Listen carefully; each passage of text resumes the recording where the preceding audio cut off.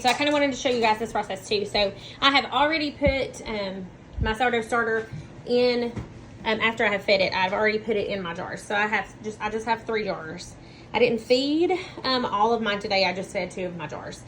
So I've got 3. And one of them had like a quarter in it, and the other one was halfway full. So this made 2.5 jars. So normally I try my best to not fill over half of a jar, just because once you feed the jar, and it's going to double in size. So a lot of times I like to come over here and I like to mark wherever it's at, and then some of these are these 2 are a little fuller than I normally like, but I try to just mark them.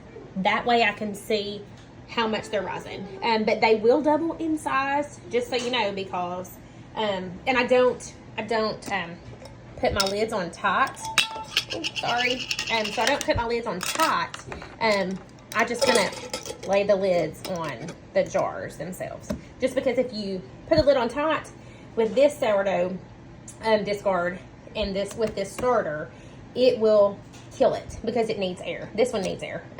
I know there was a sourdough starter a while back, or some people have a sourdough starter that you don't have to have the jar the lid just laying on the jar, but mine needs to be just laying and not on tight.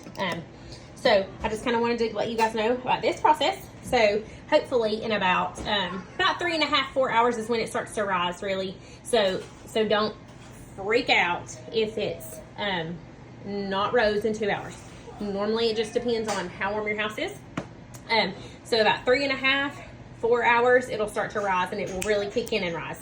So, and then once you're done with, once they start to rise, then you're going to have to go ahead and put it in the refrigerator. That way it doesn't rise any more. And even when you put it in the refrigerator, it may rise just a tad bit more. So you just kind of watch it. But I just kind of wanted to let you guys know about this process too. So this is kind of like step 2.